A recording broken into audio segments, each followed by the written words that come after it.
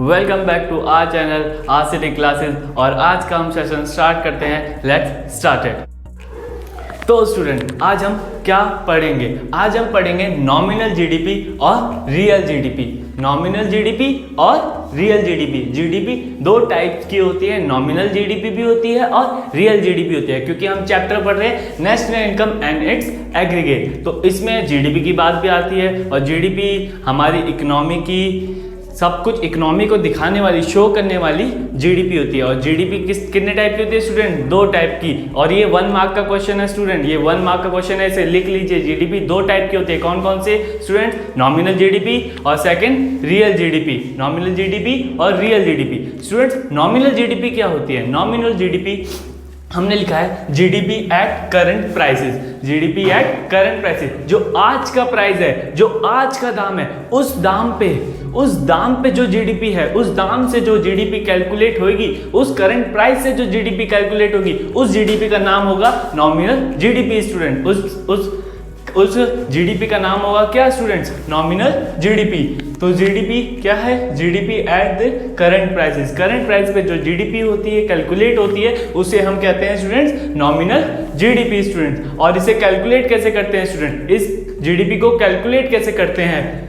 P stands for price, Q stands for quantity of final goods and services, P stands for price, Q stands for goods and services, quantity of goods and services students। quantity लिखना important है student. और ये चीज है, आप note कर लीजिए, 3 marks का है, 3 मार्क्स का स्टूडेंट। ये जो क्वेश्चन है ये 3 मार्क्स में हमेशा पूछा जाता है। हर साल का क्वेश्चन पेपर उठा के देख लीजिए। नॉमिनल जीडीपी और रियल जीडीपी के बारे में हमेशा पूछा जाता है 3 मार्क के क्वेश्चन में स्टूडेंट। तो स्टूडेंट, इसके बाद हम बात करते हैं रियल जीडीपी। रियल जीडीपी क्या जीडीपी होती है? रियल जीडीपी होती है जो कि जीडीपी एट कांस्टेंट प्राइस। जो जीडीपी होती है कांस्टेंट प्राइस, मतलब कांस्टेंट प्राइस मतलब जो पुराना दाम होगा, उसके बारे में जो जीडीपी बात करती है, उस जीडीपी को हम कहते हैं रियल जीडीपी। और ये जीडीपी, अभी भी बता रहा हूं स्टूडेंट, ये जीडीपी बेस्ट जीडीपी कैलकुलेट करने का वे है, क्योंकि स्टूडेंट इसमें हम इन्फ्लेशन कंट्रोल करते हैं, इसमें हम इन्फ्लेशन को बढ़ावा नहीं देते स्टूडेंट, इसमें हम इन्फ्लेशन को बढ़ावा नहीं देते। और इन्फ्लेशन नहीं होगी तो पैसा बचेगा ना, पैसा बचेगा तो क्या हमारे काम आएगी? Real GDP. लेकिन हमने नॉमिनल जीडीपी के बारे में भी पढ़ना है स्टूडेंट और रियल जीडीपी के बारे में बताना है। और हमें किस एरिया में नॉमिनल जीडीपी भी अच्छी होती है, लेकिन बहुत सारे हद तक एरिया जो होते हैं वो रियल जीडीपी को ही हमेशा वेलफेयर में काउंट करते हैं, रियल जीडीपी को ही हमेशा वेलफेयर में काउंट करते हैं स्टूडेंट। तो हम नॉमिनल जीडीपी को सामान्य लैंग्वेज, नॉर्मल एक लैंग्वेज में कैसे बोलते हैं, कैसे हम समझेंगे नॉमिनल जीडीपी? नॉमिनल जीडीपी का मतलब है स्टूडेंट कि नया, आज का दाम। हिंदी में लिख रहा हूं स्टूडेंट, इससे बहुत अच्छा इफेक्ट पड़ेगा, इससे बहुत अच्छा समझ आएगा स्टूडेंट। इसका नॉमिनल जीडीपी को आप भी एक अपने नोट्स में लिख सकते हो। नॉमिनल जीडीपी को क्या कहते हैं? आज का दाम और आज का प्रोडक्शन, आज का क्वांटिटी फाइनल गुड्स की, आज की क्वांटिटी फाइनल गुड्स की, आज का प्रोडक्शन और आज का ही दाम। आज का दाम जो है उससे ही प्रोडक्शन को मल्टीप्लाई करेंगे, क्वांटिटी को मल्टीप्लाई करेंगे तो हमें नॉमिनल जीडीपी मिल जाएगा स्टूडेंट। लेकिन रियल जीडीपी क्या होता है? रियल जीडीपी क्या होता है स्टूडेंट? रियल जीडीपी होता है कि पुराना दाम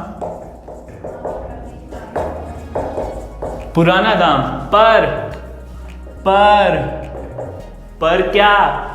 नया या आज का प्रोडक्शन।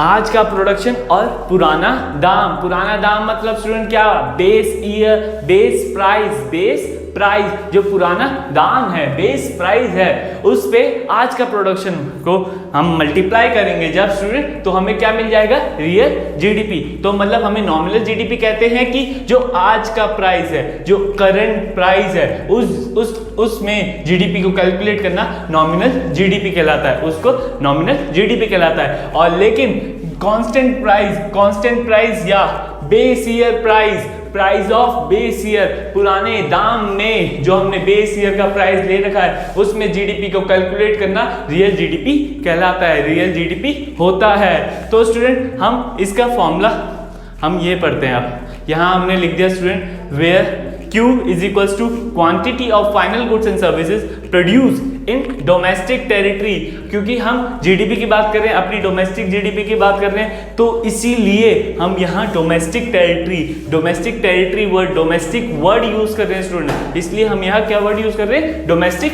वर्ड यूज कर रहे हैं स्टूडेंट्स। तो हमने यूज किया डोमेस्टिक टेरिटरी में जो फाइनल और गुड्स प्रोड्यूस हो रहे हैं, क्वांटिटी प्रोड्यूस हो रही है जिनकी ड्यूरिंग एन अकाउंटिंग ईयर, जो अकाउंटिंग ईयर में हमारी डोमेस्टिक टेरिटरी में जितनी quantity of final goods produce हो रहे हैं, final goods and services produce हो रहे हैं, वो क्यू होता है, वो क्यू होता है। और P क्या है, P current prices, P stands for current prices, जो आज का दाम है वो P दिखाता है, वो P शो करता है, वो P शो करता है। और यहाँ PB लिखा है मैंने, price of base year, price of base year student. Base year मतलब जो हमने बेस ईयर, कोई सा बेस ईयर हो सकते हैं, जैसे जिसमें हमारी जो इनकम है, हमारी जो प्राइस है, जिसमें हमारा प्राइस फ्लक्चुएट नहीं करता, जिस ईयर में हमारा प्राइस फ्लक्चुएट नहीं करता, गवर्नमेंट उस प्राइस को बेस ईयर, उस ईयर को बेस ईयर मान लेती है, तो उससे हर क्वांटिटी को मल्टीप्लाई करती है, उसके बाद रियल जीडीपी आता है स्टूडेंट, उसके बाद रियल जीडीपी आता है। मैंने वीडियो में सबसे स्टार्टिंग में बोला था स्टूडेंट कि रियल जीडीपी बेटर होता है, रियल जीडीपी बेटर होता है नॉमिनल जीडीपी से। तो हम एक रीजन बताते हैं आप उसके पीछे कि नॉमिनल जीडीपी क्यों अच्छा नहीं होता रियल जीडीपी से, क्यों नहीं होता। नाम तो उसका भी अच्छा है, नॉमिनल है, उसका रियल है, नाम में कोई खराबी नहीं है, लेकिन इसके काम में खराबी है, इसके काम में खराबी है। नॉमिनल में जो है वो खराबी क्या है, उसके काम में क्या खराबी है स्टूडेंट। नॉमिनल का जो नॉमिनल जीडीपी जो होता है वो हम करंट प्राइस पे लेते हैं। करंट प्राइस जैसे मान लिया कल प्राइस 100 था, आज प्राइस 200 हो गया, 200 मतलब 2 गुना हो गया स्टूडेंट, 2 टाइम्स डबल हो गया उसका जो प्राइस है, प्राइस डबल हो गया।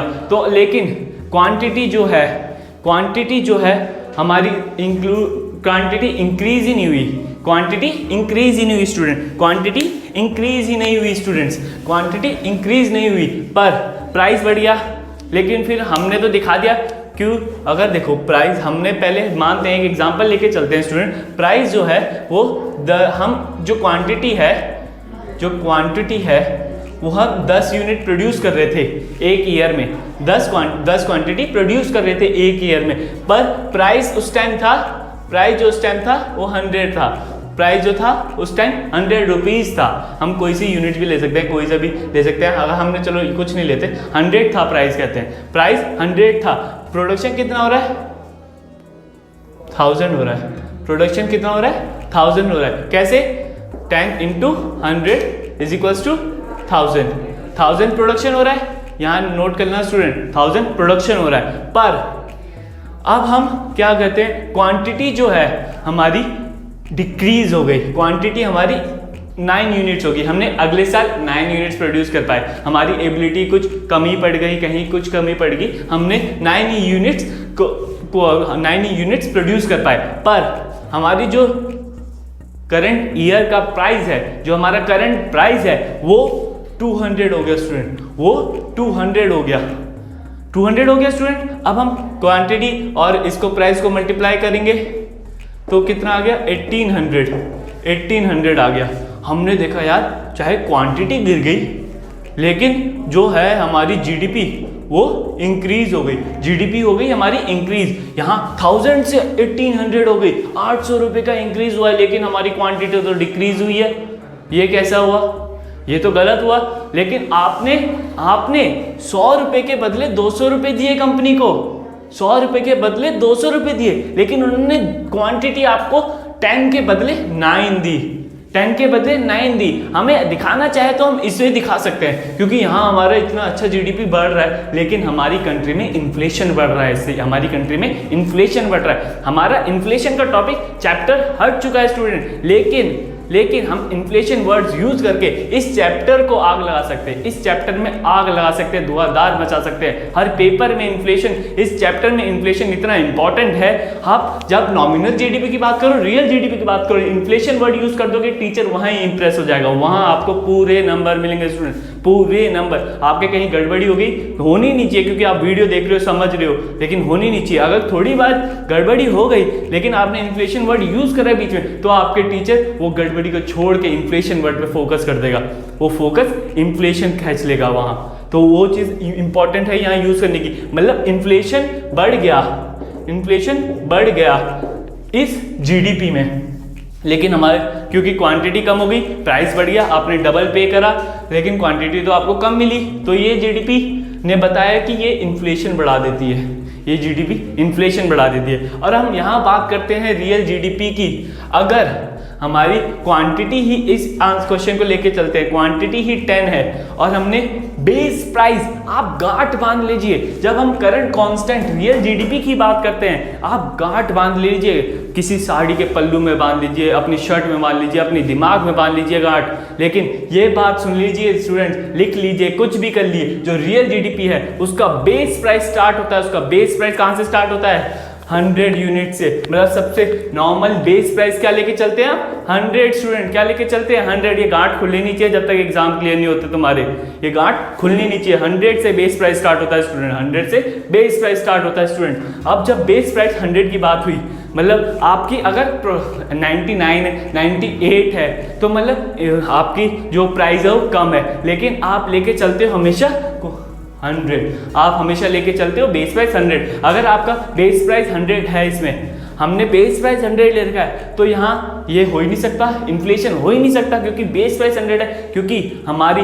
यहाँ हमने बात की थी कि कांस्टेंट प्राइस रहता है, प्राइस हमेशा कांस्टेंट रहता है, ये चाहे किसी भी बेस ईयर का हो, किसी भी बेस ईयर चाहे आपके कोई से भी हो सकता है, आपके 2001 भी हो सकता है, 2011 भी हो सकता है, या 1999 भी हो सकता है, कुछ भी हो सकता है आपका बेस ईयर। जहां आपकी जो रेट है, जहां आपका रेट कांस्टेंट चल रहा है, जहां आपका रेट कांस्टेंट चल रहा है, वही गवर्नमेंट बेस ईयर बोलती है, उस ईयर को हम बेस ईयर कह देते हैं। तो अब हमने 100 यूनिट बेस 100 जो है इसका बेस प्राइस हो गया और क्वांटिटी 9 हो गई, तो आप कितना पे करोगे?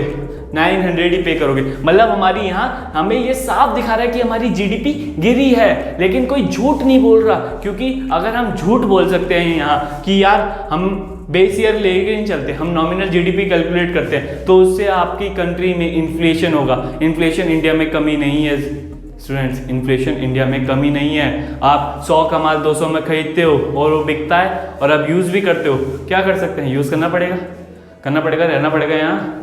ये देखो स्टूडेंट, तो इससे हमें क्या पता चलता है कि कौन सी जीडीपी कैलकुलेट हमें धोखा देती है, हमारी जीडीपी को धोखा देती है, कौन सी नॉमिनल जीडीपी, और कौन सी अच्छी होती है जो हमें क्लियर जीडीपी दिखाती है कि हमारी जीडीपी इंक्रीज हुई है या जीडीपी डिक्रीज हुई है। वो कौन सी जीडीपी होती है स्टूडेंट? Real GDP. इस बात को भी गांठ मान लीजिए स्टूडेंट, इस बात को भी गांठ मान लीजिए स्टूडेंट। अब हम बात करते हैं एक नॉर्मल एग्जांपल की। ये 2 मार्क का स्टूडेंट है, 2 मार्क में ये आ जाता है, ये 2 मार्क में हर 2 साल के बाद रिपीट होता है क्वेश्चन, हर 2 साल के बाद। मैंने बड़ी मुश्किल से ढूंढा है स्टूडेंट, इस चीज़ को ध्यान से रखना कि क्वांटिटी दे रखी है आपको 100, 200, 300, और आपको कुछ नहीं करना, बेस प्राइस भी दे रखा है। बेस प्राइस कितना है? 50, 30, 20। मतलब ये चेंज आप समझो नहीं, मतलब ये एक क्वांटिटी है, एक कोई प्रोडक्ट है, उसका क्वांटिटी 100 प्रोडक्शन हो रही है और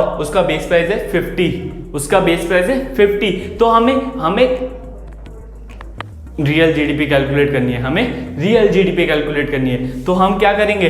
100 इंटू 50, तो 5000। हमने 100 इंटू 50 करा तो क्या आया स्टूडेंट? 5000। और ऐसी ही बात अगर हमें इसका कांस्टेंट, इसका करंट प्राइस दे रखा है और हमें बोल रखा है नॉमिनल जीडीपी हमें कैलकुलेट करनी है उस ईयर की, तो 100 इंटू 100 10,000 स्टूडेंट, 100 इंटू 100 10,000 स्टूडेंट, तो 10,000 हो गया।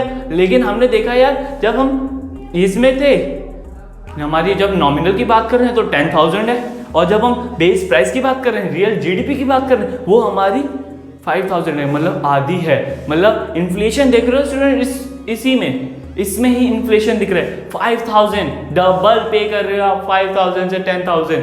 आप अगर बेस प्राइस के हिसाब से चलोगे तो आपको 5000 पे करना पड़ेगा, लेकिन अगर आपकी इकोनॉमी करंट प्राइस पे चल रही है, तो आप 10,000 पे करोगे। मतलब इन्फ्लेशन, अमीर इंसान तो दे देगा, रिच पर्सन दे देगा, पे कर देगा, लेकिन जो पुअर बंदे हैं उनका क्या होगा, वो कहाँ से पे करेंगे? वो ये प्रोडक्ट यूज़ ही नहीं करेंगे, वो छोड़ देंगे ये प्रोडक्ट। क्यों करना है जब 10,000 पे करना है 5,000 की जगह?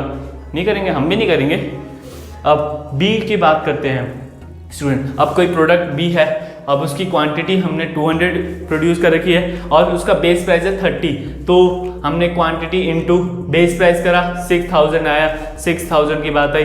अब हमने यही नॉर्मल करंट प्राइस पे करा स्टूडेंट, 200 इंटू 50 10,000 स्टूडेंट।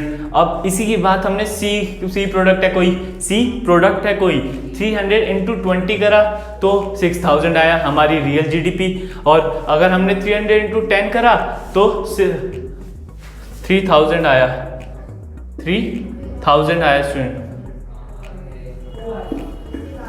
3000 आया स्टूडेंट। तो हमारी क्या पता चली, जब हमने टोटल करा ABC 3 प्रोडक्ट हैं और हमारी रियल जीडीपी कितनी आई टोटल में डबल लाइन खींचते हैं स्टूडेंट। हमारे अकाउंट्स वालों को तो पता होगा, जिनके पास कॉमर्स से पढ़ रहे हैं, लेकिन जिनके पास आर्ट्स है, आपको हमेशा जहाँ टोटल होता है वहाँ डबल लाइन खींचनी पड़ती है। रूल है स्टूडेंट्स, रूल है आर्ट्स वालों के लिए। जो वोकेशनल स्टूडेंट्स होते हैं उन्हें नहीं पता होता, क्योंकि उन्होंने कॉमर्स नहीं ली।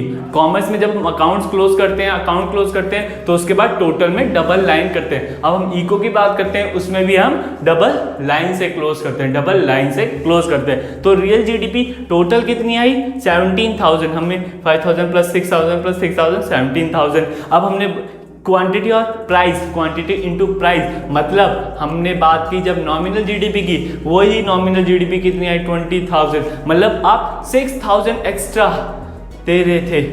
आपकी जीडीपी तो अच्छी खासी दिख रही है, वाह इतनी इंक्रीज हुई है, दूसरी कंट्री सोच रही है वाह यार क्या बात है, ये इतनी अच्छी इंडिया, इतना अच्छा जीडीपी कैसे? लेकिन हमें पता है ना हम कितना डबल पे कर रहे हैं, हम 6,000 एक्स्ट्रा पे कर रहे हैं। जब हम 17,000 दे सकते थे तो हम वहाँ 23,000 क्यों दें? यही जो है, ये जो गलत चीज है, यही बात आती है इन्फ्लेशन की। और इन्फ्लेशन किस में होता है? किस इकोनॉमी में, जीडीपी में जब इन्फ्लेशन की बात करते हैं तो सबसे नेगेटिव पॉइंट होता है स्टूडेंट, जीडीपी का सबसे नेगेटिव पॉइंट होता है। ये भी गांठ बांध दीजिए स्टूडेंट्स, एक नोट बांध रख लीजिए स्टूडेंट।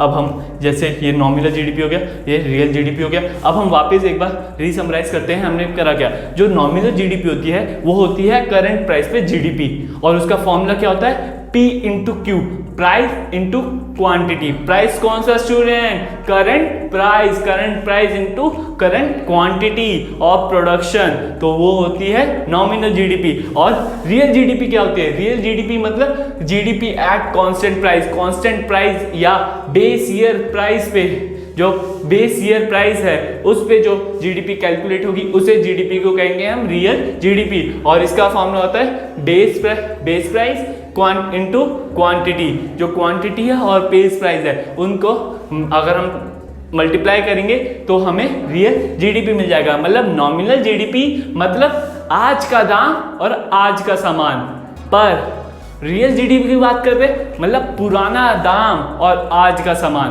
मतलब जो पुराना दाम था और आज का जो सामान है वो हमने खरीदा है, वो हमने प्रोडक्ट करा है। तो ये हमारी इकोनॉमी की बात हो रही है। तो नॉमिनल जीडीपी कैसे कैलकुलेट होती है और रियल जीडीपी कैसे कैलकुलेट होती है स्टूडेंट। तो स्टूडेंट अब हम बात करते हैं एक नए टॉपिक की, और ये टॉपिक 3 मार्क्स। अगर 3 मार्क्स चाहिए पढ़ो, देखो वीडियो, अगर नहीं चाहिए कोई दिक्कत नहीं है, तब भी देख लो, समझ आ जाएगा, कुछ भला ही होगा किसी इंसान का। तो एक बार देख लो 3 मार्क्स, लेकिन लिख लो आज ये पेपर में मनीष सर ने क्या बोला है, ये टॉपिक 3 मार्क्स का आएगा, तो मतलब आएगा। तो अब टॉपिक का नाम क्या है? Conversion of nominal GDP into real GDP, मतलब नॉमिनल जीडीपी को हम रियल जीडीपी में कन्वर्ट करते हैं। कन्वर्ट कैसे करेंगे स्टूडेंट? तो कन्वर्ट करना मतलब एक हमारा जो करंट प्राइस है, करंट प्राइस और करंट क्वांटिटी को हम चेंज करेंगे किस में? करंट क्वांटिटी में, पर जो हमारा प्राइस होगा वो पुराना होगा, वो बेस ईयर प्राइस होगा। तो स्टूडेंट हम ये बात करेंगे कि हम उसे कन्वर्ट कैसे करते हैं। ये 3 मार्क्स का आता है स्टूडेंट, तो वीडियो के साथ जुड़े रहिए और हमें देखते रहिए। और अब इसके बाद हम बात करते हैं, मतलब एक जो बुक की लैंग्वेज है, जो बुक का स्टाइल है समझाने का, कन्वर्जन जीडीपी का नॉमिनल जीडीपी से रियल जीडीपी में वो क्या है?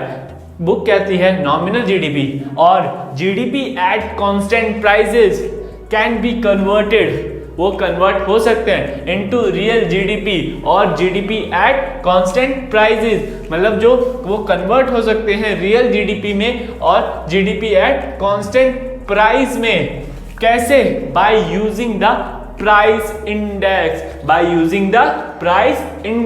प्राइस इंडेक्स यूज करके हम नॉमिनल से रियल जीडीपी में जा सकते हैं और रियल जीडीपी से नॉमिनल जीडीपी में जा सकते हैं। और लेकिन हम प्राइस इंडेक्स की बात कर रहे हैं, तो प्राइस इंडेक्स क्या है? What is price index? मतलब ये जो प्राइस इंडेक्स होता है ना, ये क्या काम करता है हमें वो समझने की बात है। ये हमें इन्फ्लेशन बताता है, कि कितना इंक्रीज हुआ है रेट, इन्फ्लेशन बताता है। ये इन्फ्लेशन बताता है, इन्फ्लेशन हुई है या डिफ्लेशन हुई है, क्या हुई है, हमें ये प्राइस इंडेक्स बताता है। और प्राइस इंडेक्स अगर ये बताता है तो मतलब नॉमिनल और जो रियल जीडीपी है, ये दो भी हमें इन्फ्लेशन की बात बताती है। ये दोनों भी हमें किसकी बात करते हैं स्टूडेंट? इन्फ्लेशन की बात करते हैं स्टूडेंट। तो हम इनका एक फॉर्मूला है, इनका जो कन्वर्ट करने का है वो एक फॉर्मूला है, रियल जीडीपी और नेशनल इनकम NY। हमने पिछली वीडियो में बताया था स्टूडेंट, जिन स्टूडेंट्स ने अभी तक हमारी पिछली वीडियो नहीं देखी है, वो पिछली वीडियो देखे और ये पता करें NY क्या है। NY अभी बता रहा हूँ स्टूडेंट्स में क्या है। ये है national income at constant prices, जो कांस्टेंट प्राइसेस पे नेशनल इनकम है वो है, और इसे हम रियल जीडीपी भी कहते हैं। तो real GDP is equals to nominal GDP और national income at current prices divided by current price index. Current जो है इसमें ये ऑप्शनल है, अगर आप इसे नहीं भी लिखोगे कोई दिक्कत नहीं है, लेकिन अगर आप लिखोगे करंट प्राइस इंडेक्स तो एक टीचर में इंप्रेशन जाएगा जब आपकी राइटिंग स्किल देखेगा।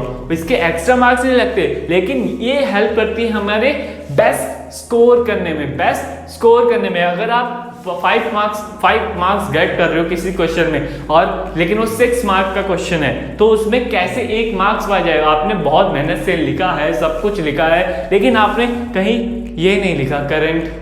लेकिन टीचर जानता है कि यार 1 मार्क, जब टीचर कोई अच्छा होता है, बहुत बेस्ट टीचर होता है, जिसे हर चीज़ वे में चाहिए होती है, वो एक करंट वर्ड को ढूंढेगा। अगर आपको करंट वर्ड मिल गया, वो 5 की जगह आपको 6 देगा। तो स्टूडेंट्स ये ऑप्शनल है, लेकिन हम अगर इसे लिख दें तो हमारा कोई खराब नहीं हो रहा, हमारे ना पेन की इंक खत्म हो रही है। हम लिख देते हैं करंट प्राइस इंडेक्स इनटू जो इनसे आएगा उससे इंटू कर देंगे हम 100 से, मतलब जो नॉमिनल जीडीपी है उसे डिवाइड करना है हमें करंट प्राइस इंडेक्स से, और उसे मल्टीप्लाई करना है 100 से। मतलब हम नॉमिनल से रियल जीडीपी में भी जा सकते हैं इसी फॉर्मूले से, और हम इसी फॉर्मूले से रियल से नॉमिनल में जा सकते हैं। मतलब कैसे स्टूडेंट्स? मतलब जिनके पास मैथ है उन्हें तो पता होगा स्टूडेंट्स, लेकिन जिनके पास मैथ नहीं है, if we have a question to get nominal GDP, what we do nominal GDP is equals to, nominal GDP यहीं रहेगा, ये जो करंट प्राइस है ये यहाँ चले जाएगा। मतलब जो रियल जीडीपी है उससे हम जो है करंट प्राइस इंडेक्स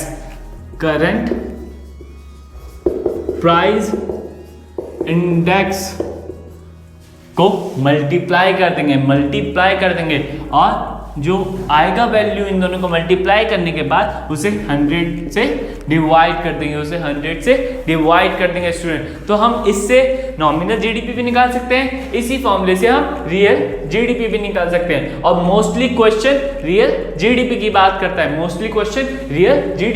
करता है, और एक और बात, मोस्टली क्वेश्चन इसके बारे में बात करता है। किसके बारे में हमेशा क्वेश्चन बात करता है? प्राइस इंडेक्स की बात करता है। हम इसमें कैसे पता कर सकते हैं? मतलब कि अगर आपको 100 यूनिट दी है, 100 यूनिट आपको बोला है, जो आपकी रियल जीडीपी है वो जो आपकी करंट है, जो करंट ईयर का जीडीपी, जो करंट ईयर की जीडीपी है, मतलब नॉमिनल जीडीपी है, वो 2000 है। मतलब और वहां लिखा हुआ है वो आपकी जो रियल जीडीपी है उससे 2 टाइम्स है स्टूडेंट। और हमें प्राइस इंडेक्स निकालना है स्टूडेंट, मतलब हम यहाँ क्या करेंगे स्टूडेंट्स? अगर हमें बात की है कि स्टूडेंट्स यहाँ लिख लेते हैं, हमें बात बोला है क्वेश्चन में कि हमारे पास जो नॉमिनल जीडीपी है, स्टूडेंट, वो क्या है? 2000 है। और हमें बोला गया है कि क्वेश्चन में जो रियल जीडीपी है वो उससे 2 टाइम्स कम है, मतलब 2 टाइम्स आधी है, मतलब उसकी आधी है, मतलब हाफ है। मतलब ये भी लिख सकता है क्वेश्चन कि जो नॉमिनल जीडीपी है वो रियल जीडीपी से हाफ ज़्यादा है स्टूडेंट, हाफ ज़्यादा है, मतलब डबल है। डबल भी यूज़ कर सकता है कि nominal GDP is double from real GDP.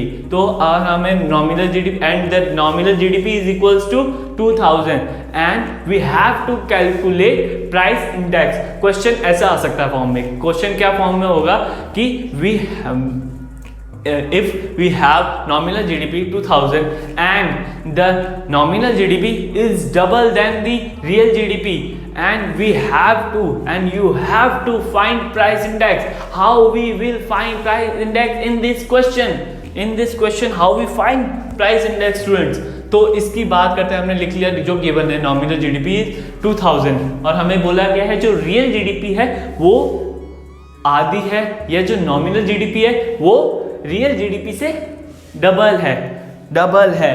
तो स्टूडेंट तो रियल जीडीपी कितनी होगी स्टूडेंट? हमें पता चल गया रियल जीडीपी जो है वो 1000 है स्टूडेंट। वो कितनी है? 1000 है स्टूडेंट। वो कितनी है स्टूडेंट्स? 1000 है स्टूडेंट। और हमें फॉर्मूला प्राइस इंडेक्स का, हम इसमें से प्राइस इंडेक्स का फॉर्मूला कैसे निकालेंगे स्टूडेंट?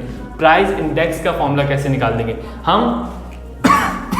प्राइस इंडेक्स का फॉर्मूला कैसे निकालेंगे अब मैं बताता हूँ आपको अब इस फॉर्मूले को समझना है। याद तो सब कर लेते हैं स्टूडेंट्स, लेकिन हम वीडियोज इसलिए देखते हैं कि हम उसे समझ सके स्टूडेंट। तो हम इस वीडियो में वो समझेंगे कि प्राइस इंडेक्स का फॉर्मूला होता क्या है। मतलब प्राइस इंडेक्स का फॉर्मूला होता है जो हमारी करंट जीडीपी है, जो करंट प्राइस पे जीडीपी निकली है, मतलब नॉमिनल जीडीपी है,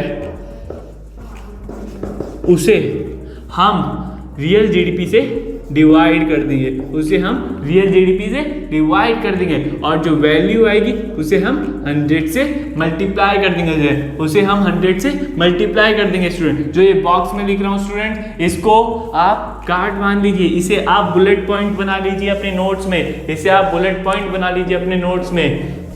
जो ये फॉर्मूले हैं ये आपके काम आने वाले हैं स्टूडेंट्स, ये आपके काम आने वाले हैं हर एग्जाम में, हर क्वेश्चन में। तो स्टूडेंट हमें इसे प्राइस इंडेक्स पता चल गया, हम प्राइस इंडेक्स की से डेफिनेशन भी लिख सकते हैं। क्या लिख सकते हैं? Price index is that value where we divide the nominal GDP from real GDP and multiply by the 100 then we get price index. हमने इसी को वर्डिंग में बोल दिया, इसी को हमने वर्ड्स में बोल दिया। इफ वी या हम ये कहते हैं we take ratio of nominal GDP and real GDP and multiply it by 100, then we get price index. Student, price index हमें इससे मिल जाएगा। अब हम प्राइस इंडेक्स कैसे निकालें इस क्वेश्चन में? प्राइस इंडेक्स हमें निकालना होगा, तो हमें पता चल गया कि जो नॉमिनल जीडीपी थी वो डबल है रियल जीडीपी से। हमने ये दिखा दिया, ये नॉमिनल जीडीपी है वो 2000 है और जो रियल जीडीपी है वो 1000 है, और हमने इसे 100 से मल्टीप्लाई कर दिया स्टूडेंट, और इसे हमने 100 से मल्टीप्लाई कर दिया स्टूडेंट। तो हमारी प्राइस इंडेक्स कितना आ गया स्टूडेंट? 200। कैसे? 3 से ये मल्टीप्लाई कर दिया, 2 से इसे मल्टीप्लाई कर दिया, मतलब हमें जो प्राइस इंडेक्स है स्टूडेंट वो कितना आ गया? 200। तो हमें इस कन्वर्जन ऑफ नॉमिनल जीडीपी से 3 फॉर्मूले समझ आ गए कि हम नॉमिनल से रियल में कैसे जा सकते हैं, नॉमिनल जीडीपी से रियल जीडीपी में कैसे जा सकते हैं, या जीडीपी एट कांस्टेंट प्राइस से GDP at base year price से कैसे जा सकते हैं स्टूडेंट, वो हमें इस फॉर्मूलाज ने बता दिया। और इस फॉर्मूले का एक बार रिवाइज कर लेते हैं। फॉर्मूला क्या है, रीसमराइज कर लेते हैं। फॉर्मूला है real GDP is equals to nominal GDP divided by current price index और price index and multiply by 100 then we get real GDP. मतलब real GDP is equals to nominal GDP upon price index into में 100 simple language में। और हम बात करते हैं इससे प्राइस इंडेक्स की फॉर्मूला निकालने की, तो हम प्राइस इंडेक्स को, जो प्राइस इंडेक्स है उसे यहाँ शिफ्ट कर देते हैं लेफ्ट साइड, और जो रियल जीडीपी है उसे डिवाइड में ले आएंगे, उसे हम डिवाइड में लिया है। हमने यही करा स्टूडेंट, जो प्राइस इंडेक्स था यहाँ था वो हमने यहाँ लिया है लेफ्ट साइड, और जो यहाँ रियल जीडीपी थी उसे हम डाउन लिया में लिया है। तो हमने क्या करा student, price index is equals to nominal GDP, price index is equals to nominal GDP upon में रियल जीडीपी मल्टीप्लाई बाय 100। तो हमें क्या मिल जाएगा, प्राइस इंडेक्स। और प्राइस इंडेक्स क्या शो करता है, इन्फ्लेशन शो करता है हमें कि इन्फ्लेशन बढ़ी है कम हुई है, ये इन्फ्लेशन शो करता है हमें। कौन? Price index.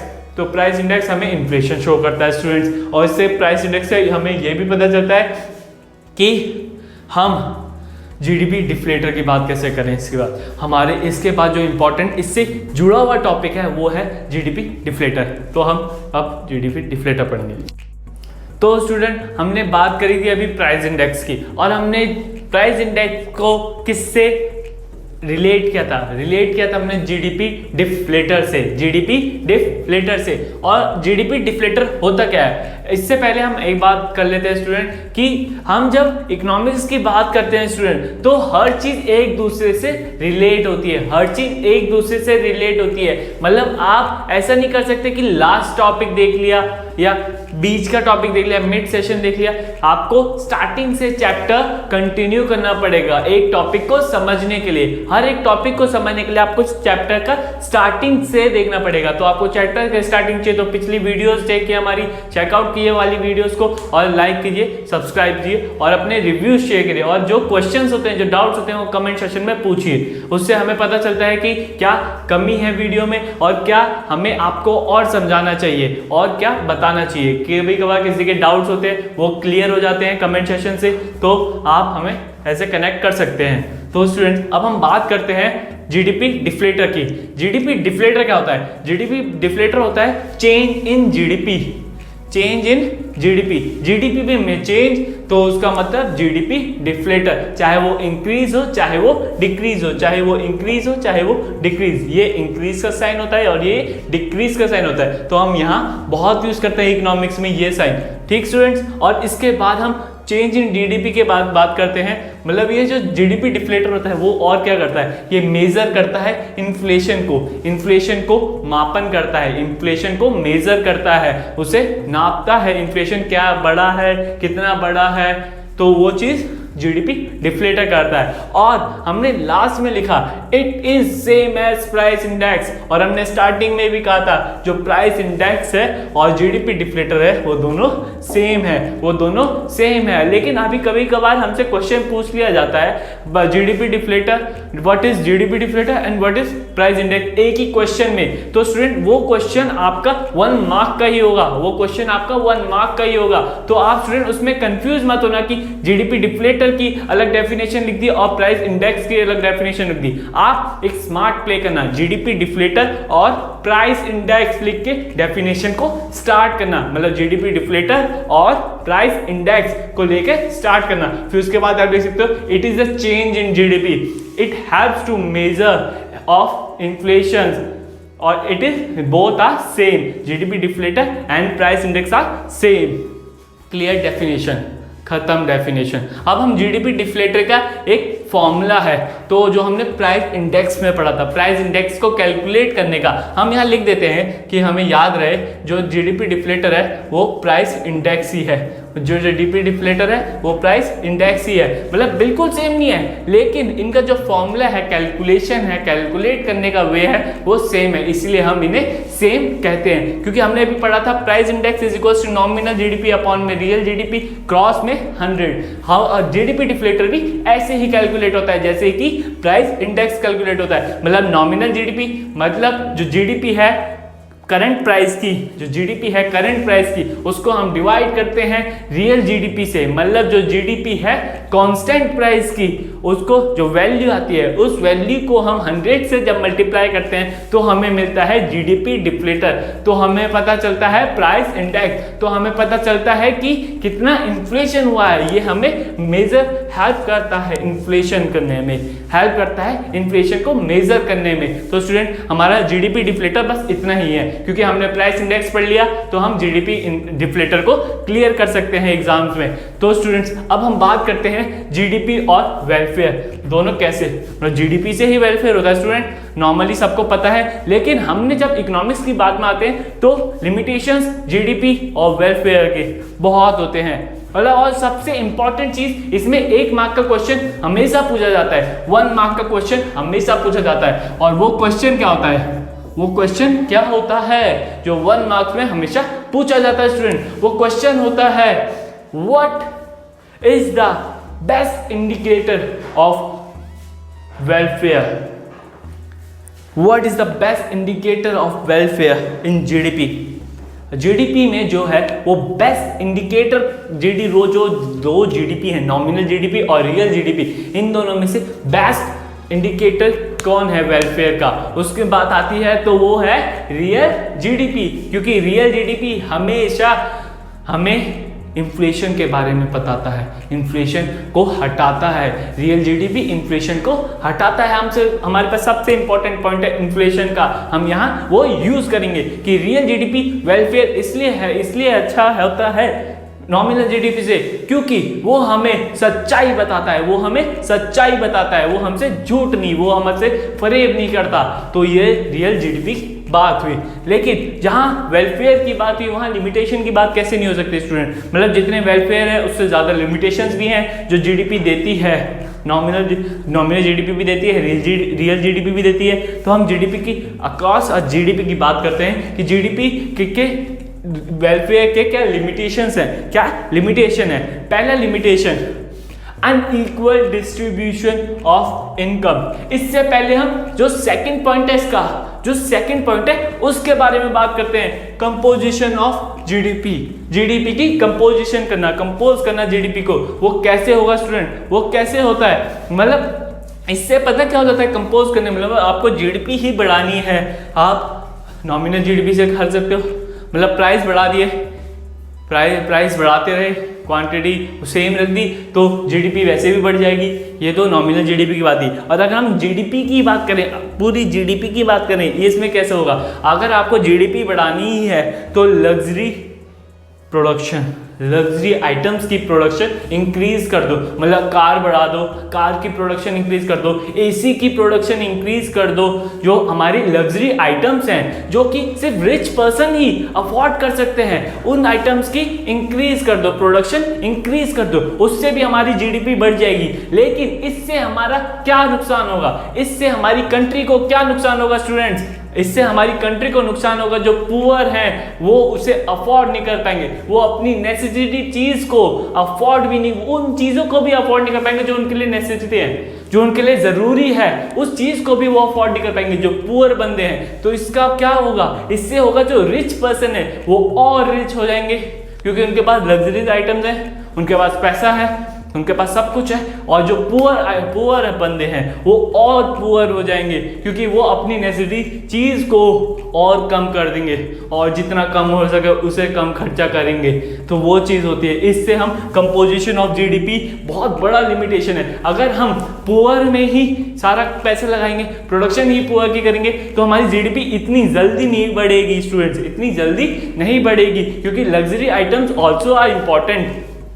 लग्जरी आइटम्स जो हैं वो भी इंपॉर्टेंट हैं, प्रोडक्शन दोनों की इक्वल होनी चाहिए, मतलब हमें जो डिस्ट्रीब्यूट करना है इनकम को वो इक्वल होना चाहिए, अनइक्वल नहीं होना चाहिए। तो अब मैंने क्या बोला था, जो सेकंड पॉइंट है वो फर्स्ट पॉइंट को पूरा डायरेक्टली रिलेट करता है। तो हमें फर्स्ट पॉइंट में क्या पता चला? Unequal distribution of income, unequal distribution of income. India में तो बहुत है अनइक्वल डिस्ट्रीब्यूशन ऑफ इनकम। जो अमीर सॉरी स्टूडेंट, जो अमीर है वो और अमीर होता जा रहा है, जो गरीब है और गरीब होता जा रहा है। क्यों? क्योंकि जो इनकम है वो ही डिस्ट्रीब्यूट नहीं हो रही अच्छे से, वो ही हमेशा अनइक्वल डिस्ट्रीब्यूट होती है। जिसकी प्रोडक्शन ज्यादा होनी चाहिए उसकी प्रोडक्शन कम है, और जिसकी प्रोडक्शन कम है उसकी वो नेसेसरी है, वो नेसेसरी चीजें हैं। जो जैसे पुअर को एक क्या चाहिए? रोटी चाहिए।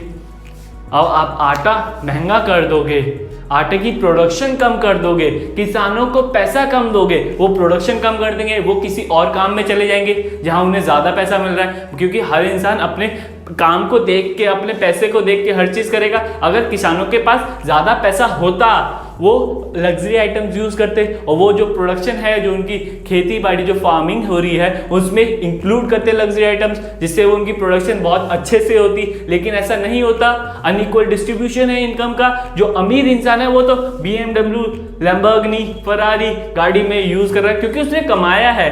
क्योंकि यहाँ हमारी कंट्री में, बहुत सारी कंट्रीज की इकोनॉमी में ये पॉइंट बहुत खलता है, ये पॉइंट बहुत खलता है student. Unequal distribution of income, हर इंसान इस पे बात करता है कि अनइक्वली डिस्ट्रीब्यूट हो रहा है इनकम। फार्मर को पैसा दो, फार्मर को पैसा दो, खेती नहीं करेगा। मतलब आपका जो आटा है, अगर वो प्रोडक्शन कम हो रही है तो मतलब उसकी डिमांड ज्यादा बढ़ रही है, सप्लाई मार्केट में कम होगा, क्योंकि फार्मर धीरे धीरे उसे कम कर देगा, क्योंकि उसे उतना आउटपुट नहीं मिल रहा, उसे उतना पैसा नहीं मिल रहा, उसे उतनी लागत नहीं मिल रही, उसे उतनी वेजेस नहीं मिल रही अपने काम को हिसाब से लेके, तो वो कम कर देगा। मतलब नेसेसरी आइटम जो हमारे डेली नीड्स के लिए है, वो अमीर इंसान, जो रिच पर्सन है, वो तो कर लेगा अफोर्ड, क्योंकि वो मंगा लेगा जल्दी, टन में हिसाब से मंगा लेगा, कट्टों के हिसाब से मंगा लेगा, बोरियों के हिसाब से मंगा लेगा अनाज को। लेकिन जो गरीब इंसान है, जो झोपड़पट्टी में रहते हैं, जो पुअर बंदे हैं, जो मिडिल क्लास की बात करते हैं, जो लोअर मिडिल क्लास फैमिली होती है, वो लोग भी अफोर्ड नहीं कर पाएंगे उस चीज को। तो नेसेसरी आइटम्स कम हो जाएंगी, नेसेसरी आइटम्स कम हो जाएंगी, और हमारी प्रोडक्शन बढ़ गई। हमने लग्जरी आइटम्स की प्रोडक्शन बढ़ा दी, हमारी जीडीपी तो बढ़ रही है, लेकिन जो हमारी अनइक्वल डिस्ट्रीब्यूशन ऑफ इनकम हो रही है उससे हमारे लोगों को प्रॉब्लम हो रही है, उससे हमारे लोग सरवाइव नहीं कर पा रहे। तो ये point unequal distribution of income को समझाता है, कंपोजिशन ऑफ जीडीपी को भी। अब थर्ड पॉइंट आते हैं नॉन मॉनेटरी ट्रांजैक्शंस, मतलब जो जीडीपी है वो मॉनेटरी ट्रांजैक्शंस को इंक्लूड करता है। मैंने अभी पहले ही बोला था कि इकोनॉमिक्स हर पॉइंट रिलेट करता है एक दूसरे से।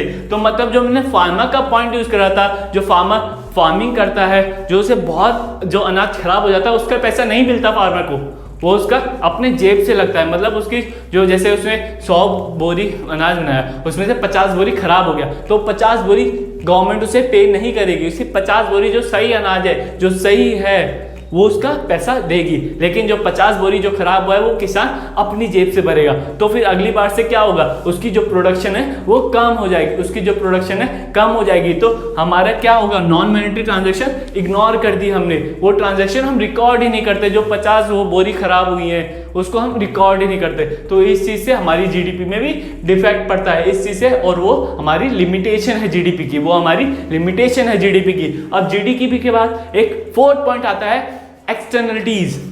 एक्सटर्नलिटीज, हम जब जीडीपी की बात करते हैं तो ये पॉइंट कैसे नहीं आ सकता। इस पॉइंट पे आपका 3 मार्क्स का क्वेश्चन आता है स्टूडेंट, इस पॉइंट पे हमेशा 3 मार्क्स का क्वेश्चन आता है, ये लिख के ले लो। अगर आपकी जीडीपी वेलफेयर की बात हो रही है तो आपको 1 नंबर में जीडीपी वेलफेयर की डेफिनेशन पूछ लेगा और 3 मार्क्स का आपका एक्सटर्नलिटीज के बारे में पूछ लेगा। तो स्टूडेंट 3 मार्क्स का एक्सटर्नलिटीज के बारे में पूछ लेगा।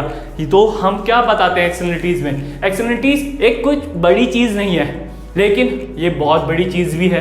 कैसे, अगर आप सोचो समझो और वीडियो के साथ जुड़े रहोगे तो समझ भी आएगा स्टूडेंट कैसे होता है। एक्सटर्नलिटीज मतलब हमने लिखा good and bad impact of production activity, जो अच्छा और बुरा इफेक्ट है, दोनों इफेक्ट पड़ते हैं। एक प्रोडक्शन से अच्छे इफेक्ट भी पड़ते हैं और बुरे इफेक्ट भी पड़ते हैं जीडीपी पे, लेकिन वो जीडीपी इग्नोर कर देती है, जीडीपी उसे रिकॉर्ड नहीं करती। कैसे, जैसे हम बात करते हैं पॉल्यूशन की ही बात करते हैं। पॉल्यूशन मतलब क्रैकर्स जब बनते हैं, उनकी प्रोडक्शन जब होती है हमारी कंट्री में, तो उससे हमारा क्या होता है, जीडीपी तो इंक्रीज होता है कि लोग उसमें बहुत पैसा लगाते हैं, यूज करते हैं क्रैकर्स को, तो अच्छा पैसा खर्च होता है और अच्छा पैसा उन्हें मिलता है गवर्नमेंट को।